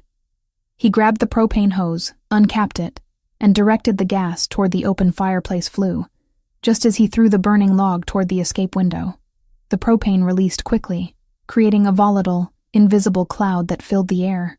Nicholas threw the burning log toward the escape window, and the flame followed the trail of the concentrated gas in the flue, creating a massive whoomp that didn't explode the entire cabin, but sent a violent blast of heat and pressure up the chimney and out the main windows. The blast stunned the attackers outside, buying us our final chance. "The window, go!" Nicholas grabbed me, shoving me toward the small wooden escape route he had prepared. He covered me with his body as I scrambled through the newly widened hole. The wood scraped my skin, tearing the soft cashmere of the sweater, but I was outside. I landed in the soft, deep snow, my body sinking up to my waist. I quickly turned back. Nicholas was right behind me, but he paused, pulling the pin on a fragmentation grenade he had found in the survival kit. He tossed it back into the burning cabin, just as he dove out the window. The grenade exploded seconds later, turning the small cabin into an inferno. The heat of the blast pushed us both forward, sending us tumbling down the slight incline toward the cover of the thick pine forest. I hit the ground hard. My breath knocked out of me. Nicholas landed beside me, his good arm immediately gripping my shoulder, checking if I was hurt. The Albanians were screaming, confused by the double explosion and the sudden inferno that had engulfed the cabin. They hadn't expected us to use their fortress against them. "We have to move," Nicholas gasped, pulling me to my feet. He was bleeding slightly from the wound, the adrenaline of the escape straining the closure I had provided. "Marco," I exclaimed, suddenly remembering the traitor tied up inside. Nicholas didn't even look back. He made his choice. He's finished. The absolute finality in his voice confirmed the fate of his cousin. We ran, sinking deep into the virgin snow of the forest, using the massive dark pines as cover. The glow of the burning cabin behind us was the only light. Nicholas was struggling, the cold and the exertion making his wound throb. I took his weight, wrapping his good arm around my shoulder, dragging him forward. He was heavy, but my adrenaline gave me impossible strength. "Where are we going?" I panted, my lungs burning in the icy air. "Deeper," he struggled to say. "We run until we find a signal. We run until we are completely out of range of their search grid." We were moving further and further into the desolate, snow-covered mountain range. The warmth of the cabin, the tenuous security we had built, was gone. We were back where I started, cold, running, and utterly dependent on pure survival instinct. The blizzard, our enemy in Part 1, was now our silent accomplice, covering our tracks. I looked at Nicholas, his face streaked with soot and exhaustion, leaning heavily on me. The powerful Mafia boss who had carried me to safety was now relying entirely on my strength to move forward. "I can do this," I whispered, not to him, but to myself, focusing on the rhythm of my labored breathing. "We can do this." We ran until the burning glow of the cabin was reduced to a distant, flickering ember, swallowed by the vast, hostile wilderness. The threat was still very real, but we were alive, and together. The fire consumed the old hunting cabin swiftly, turning the Verziani relic into a beacon of orange light against the pre-dawn darkness. The fierce heat pushed us forward, covering our desperate retreat into the pine forest. Nicholas and I ran until the flames were just a flickering memory on the horizon, until the only sound was the rasping of our own breaths and the crunch of our boots on the untouched snow. I had Nicholas's good arm draped across my shoulders, taking the majority of his weight. His wound, patched crudely with adhesive, was protesting the exertion, but he didn't complain. His silence was not weakness. It was focus. My own lungs burned with the icy air, but the primal need to survive lent me a fierce, unnatural strength. The fear of freezing, which had driven me into his car in Part 1, was now channeled into pulling us both to safety. We ran for what felt like an eternity, crossing frozen streams and scrambling over snow-covered fallen logs, until we reached a high ridge where the trees thinned. We collapsed there, out of breath, hidden by a thicket of scrub pine. "We stopped," I gasped, tasting copper and pine in my mouth. "Too slow to run, too exposed to stay," Nicholas managed, his voice a low, ragged rasp. He slid down the trunk of a tree, his head resting against the rough bark. He closed his eyes for a moment, marshalling his strength. "We need to contact Marco's successor, the loyal ones." This was the core of Mipandar. Part 7. The turning point where the immediate physical threat was replaced by the strategic threat, and the alliance had to be formalized. My hand immediately went to the pocket where I'd concealed the small USB drive. "We need to use a channel they won't expect. Marco knew your security protocols. Any encrypted line or satellite phone you left behind in the city is already compromised, or will be watched by the Albanians." "I agree," Nicholas said, opening his eyes. They were dark, intense, and utterly resolute. "We need an analog approach, a signal that only the loyal will recognize." We discussed the capos who remained loyal, Thomas DeLuca in Philadelphia and Joseph Santoro in Boston. Nicholas, with his precise knowledge of his organization, dismissed the younger capos as too prone to panic, and the older ones as too slow to react. DeLuca was the key. Pragmatic, loyal, and ruthless enough to act without explicit authorization. DeLuca won't come just because I call, Nicholas explained, shaking his head.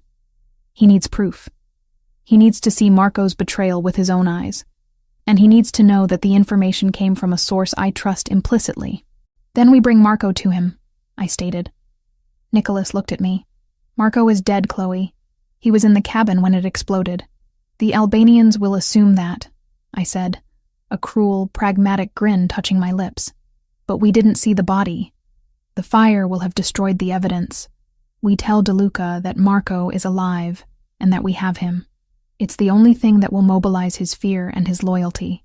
Nicholas studied me, impressed by the quick tactical thinking. You're thinking like a strategist, not a journalist. I'm thinking like someone who doesn't want to get caught, I corrected him. We need to find a way to the nearest town. I can use a payphone or a public internet cafe to send a coded message. No traceable comms. We waited for the first faint streaks of purple and gray to appear on the eastern horizon. The blizzard was over, leaving behind a world encased in thick, blinding snow. The cold was still punishing, but the immediate threat of a pursuing team was gone, their efforts hampered by the same white silence that protected us. We continued our exhausting trek for another hour until we hit a seldom-used logging trail. The trail led, thankfully, downhill. It was on this trail that we saw the first sign of civilization, a dilapidated, abandoned pickup truck half buried in a snowdrift. Nicholas used a large rock to smash the lock on the passenger door. Inside, tucked away beneath the seat, was an old battery-powered CB radio, its antenna snapped off, but the unit itself salvageable. Working quickly, Nicholas used a spare wire from the radio to create a crude, impromptu antenna, rigging the device to the truck's battery. The power flickered to life.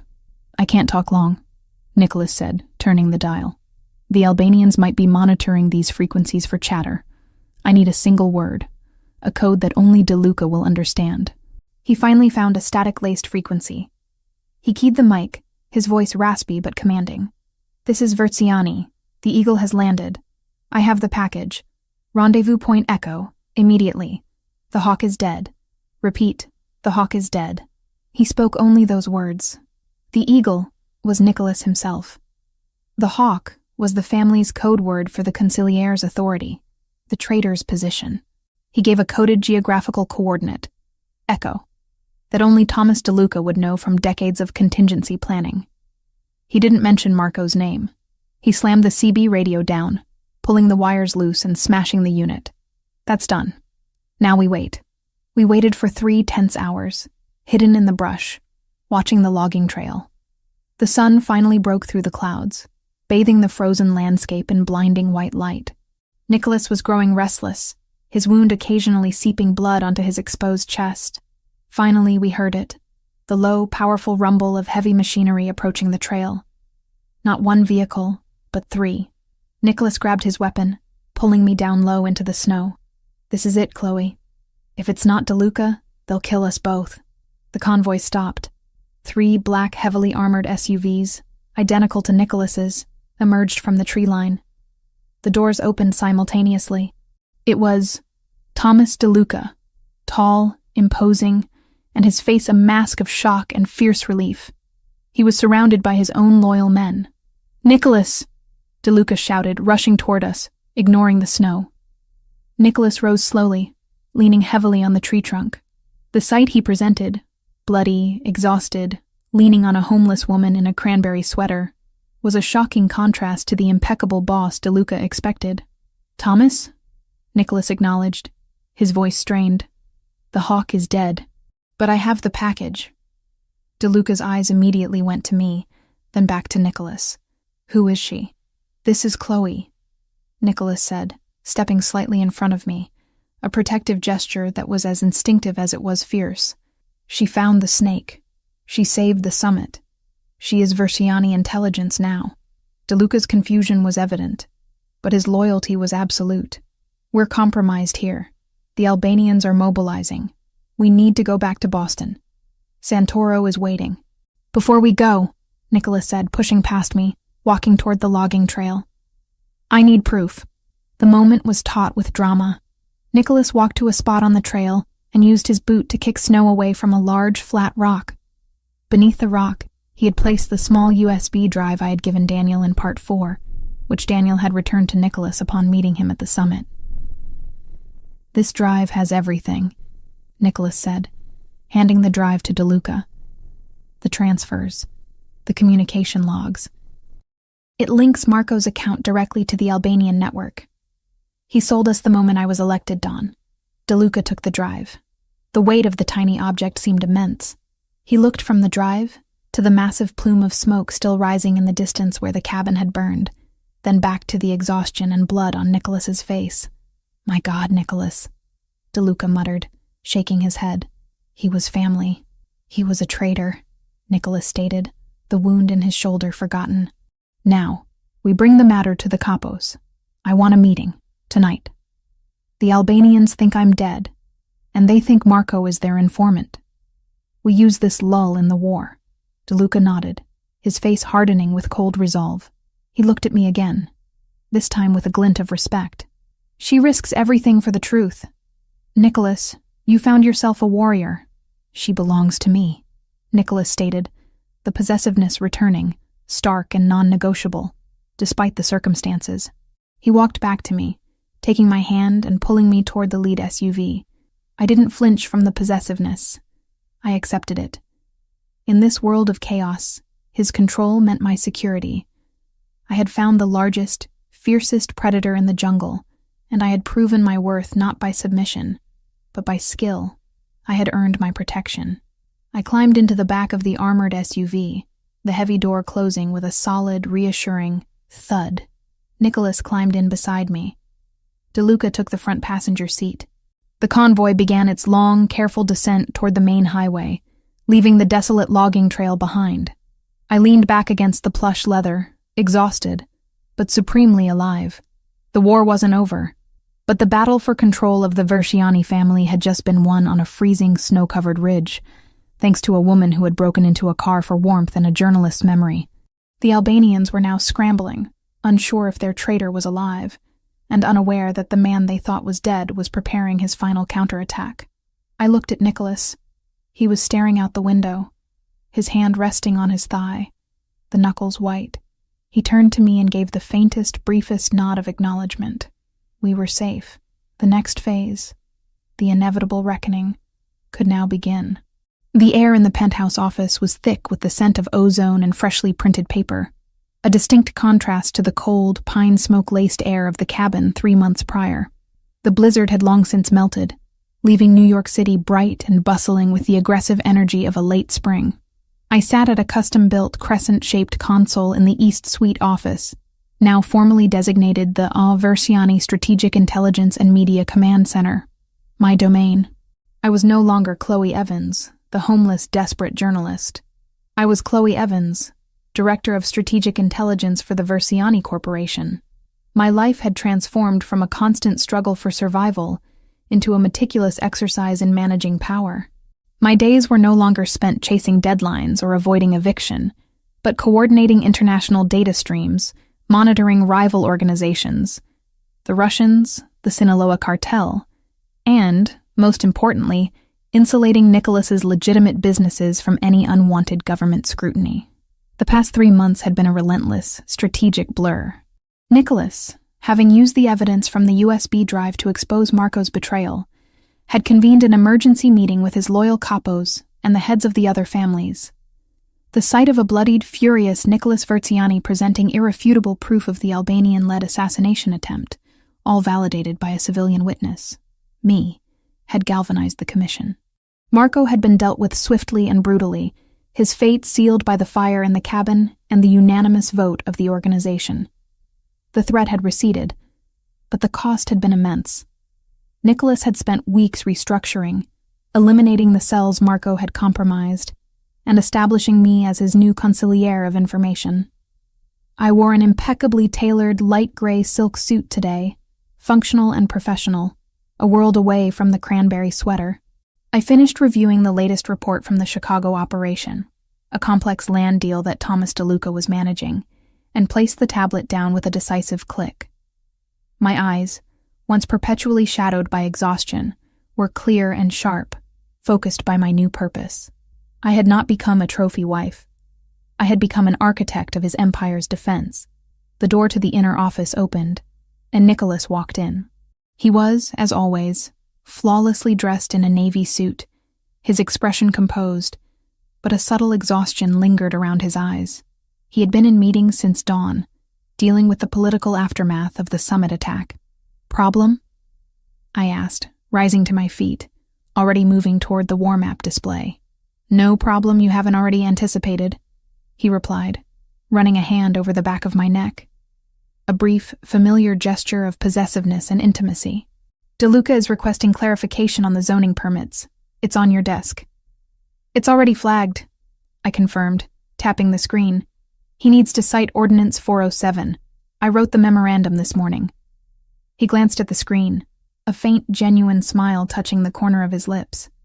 The smile was rare, and when it appeared, it was always directed at my competence. "You run this side of the house better than I ran the whole thing, Chloe." "I am motivated," I replied simply. "Self-preservation is a powerful incentive."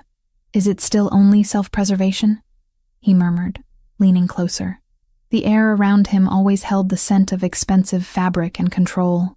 I looked into his dark eyes, acknowledging the question. Our relationship, born of crisis and fire, was not typical. It was a partnership of equals, albeit one governed by his overarching power. The passion was undeniable, intense, and fueled by the adrenaline of shared survival. But underneath the desire was respect. He valued my mind, not my compliance. "It is survival of what we built," I conceded. "The Versiani Corporation is now my life's work. Protecting it protects me. That sounds like synergy." He laughed, a low, resonant sound. "Synergy, spoken like a true executive." He stepped back, gesturing to the door. "Cancel the afternoon analysis. You're done for the day." "I have 2 more reports." "I said you're done," he reiterated, his tone shifting from partner to Don, a subtle reminder of the final hierarchy. "I need you to come with me. Now." He didn't wait for an answer, turning toward the elevator. I quickly grabbed my coat and followed. Arguing with Nicholas Versiani when he used that tone was counterproductive. Acquiescence, when timed correctly, bought greater leverage later. We descended into the sub-basement where his primary fleet was kept. The air was cool, smelling of gasoline and polished metal. The sight of the immaculate garage no longer brought the terror it had 3 months ago. Now, it felt like the armored heart of my home. Nicholas stopped, not at his usual customized sedan, but in front of a previously empty parking bay. In the center of the bay sat the matte black SUV, the original one. My breath hitched. The car where I had broken in, where I had passed out from the cold, where the whole insane journey had begun. It looked different. The deep-tinted windows were new, the exterior polished to a mirror shine, the wheels gleaming. Every trace of the blizzard, the salt, and the fear was gone. "I had it completely stripped and rebuilt," Nicholas explained, walking slowly around the vehicle, his hand resting on the hood. "New armor, new engine, triple reinforced glass. It's the safest car in the fleet." He walked to the back door, the door I had shimmed to get inside. He opened it and gestured for me to look inside. The interior was magnificent. The leather was new, soft, buttery Italian hide. But on the floorboard of the back seat, the exact spot where I had curled up, frozen and terrified, the carpet was different. It was a patch of thick, expensive black sheepskin, placed there like a deliberate installation.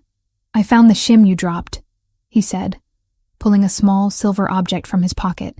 It wasn't the broken piece of metal I had used, but a custom-made, perfectly engineered platinum tool, engraved with my initials, C.E. I had the original melted down. "You don't break in anymore, Chloe. You belong here." He turned to face me. The garage lights glinted off the dark surface of the vehicle. This was the moment, the final resolution.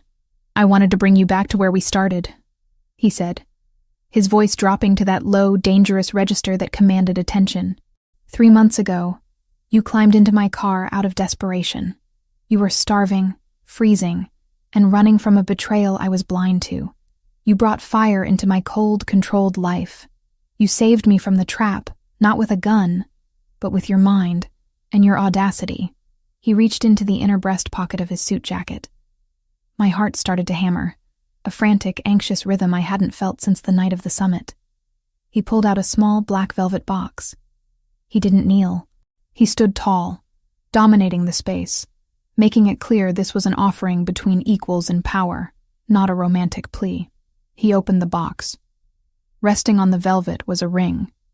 Not a massive, ostentatious diamond, but a single central emerald-cut diamond, flanked by 2 square-cut sapphires, set in a thick platinum band. It was elegant, powerful, and utterly unique. "This is not payment for services rendered," he stated, his eyes fixed on mine, searching for any sign of rejection or doubt. "I don't pay for competence. I partner with it. This is a merger, Chloe, a final contract. You are the brains, the strategy, the security. You are the fire that keeps this empire from freezing." He took the ring out of the box. "I need my capos to know that your voice is my voice. I need the Albanians to know that the girl who saved me is now the woman who controls my resources." He reached for my hand. His skin was warm, his grip firm. "I am offering you the fortress. Not a cage. I am offering you the power to rebuild your life. Not by running, but by reigning. You came to me in the blizzard for warmth. Now, I am asking you to be the warmth. Be my wife, Chloe. Be my shield. Be my queen." I looked at the ring. It wasn't jewelry. It was a title. It was the acknowledgement of the power I had fought for and earned through blood and wit. I looked at Nicholas.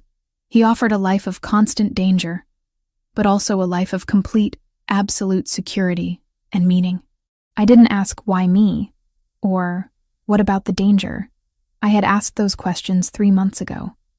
The answers were written in the logs I had decrypted and the lives we had saved. "You risked everything on a journalist who was sleeping on the floor of your car," I stated, a small, genuine smile finally breaking through my composure. "That was your biggest risk, Nicholas, and it paid off." I held out my hand, not in hesitation, but in acceptance. "I accept the terms of the merger, Nicholas. But know this, I am not just your partner. I am your strategic asset.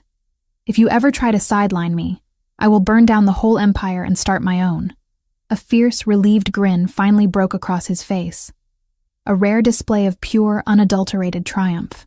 "I wouldn't have it any other way, Regina." He slipped the platinum band onto my finger. It fit perfectly, heavy and solid. A tangible weight of my new life.